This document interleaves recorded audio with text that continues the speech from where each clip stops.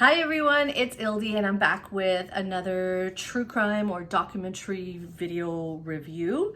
I have a super long list of videos that I've already seen.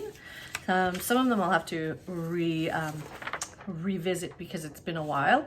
And then I have a whole list of some new ones to do. So I'm basically just doing a very quick synopsis and my take on some documentaries, mostly on Netflix, some on YouTube's, and some I guess from elsewhere. Today I wanted to talk about the documentary called The Puppet Master. So it's not actually, is there any death in it? Now I can't even remember, but I did see it recently. It's called The Puppet Master, and this is what it's about. It's on Netflix and it's from 2022, so it is new. In 1993, Robert convinces his college friends he's an MI5 agent. Decades later, a man named David exerts an extreme level of control over a family. It's a 3-part series, which is really weird, the timing. So one is 48 minutes, one is 29 minutes, and one is 50 minutes. So it's just 3 parts, basically about a 2-hour documentary on this guy, the Puppet Master hunting the ultimate con man. So the first episode is basically about, well, it goes back and forth, but it's about these kids are being interviewed about their mom's new boyfriend and how things didn't go that well, and they basically don't talk to their mom, and you kind of go through the 3 episodes finding out why that is. And then it kind of goes back and forth with people who know this con man. But the first episode is kind of slow and all over the place, much like I am rambling now. And it really didn't engage me much. Like, I didn't understand like why we're talking to these 2 kids who haven't seen their mom because some dude came into their lives. Like, okay, I don't understand what the point of this is. And then it kind of became ridiculous in that then they started interviewing the college friend who basically said, yeah, I had this roommate and he told me he worked for, I guess, the UK's equivalent of like the FBI, and that we had to take off. And you're left wondering, like, and you believed him? What's going on? And it gets kind of ridiculous from there, but it's a true story. And I think it's probably halfway through the 2nd episode where you're like, holy crap, what is happening here? Who is this man? And by the 3rd episode, like basically the end of the film, my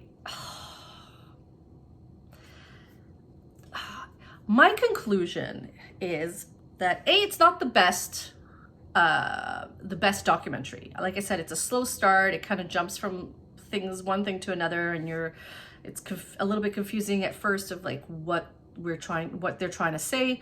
But overall, the story itself is quite fascinating, and I came away with going, is this almost like worse than murder? Like, there's accidental murder, like, you know, like vehicle manslaughter, like say that you have an incident behind the wheel and you accidentally kill someone, or accidents where, you know, say you're drunk and you hit someone and they hit their head and they die. Of course, obviously none of that is a good thing. You shouldn't be fighting, blah, blah, blah. But it's not like you're maliciously like killing someone.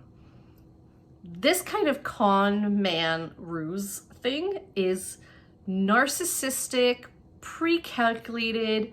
It's a lifestyle. It is no remorse. It is sociopathic or psychopathic, and it honestly disturbs me more than, I don't want to say serial killer because that's also a whole different genre, but this is like true narcissistic sociopathy, and it's on the same cusp or similar cusp of, I think, the new documentary, which I have no intentions of watching, The Tinder Swindler, and the social media chick who conned people out.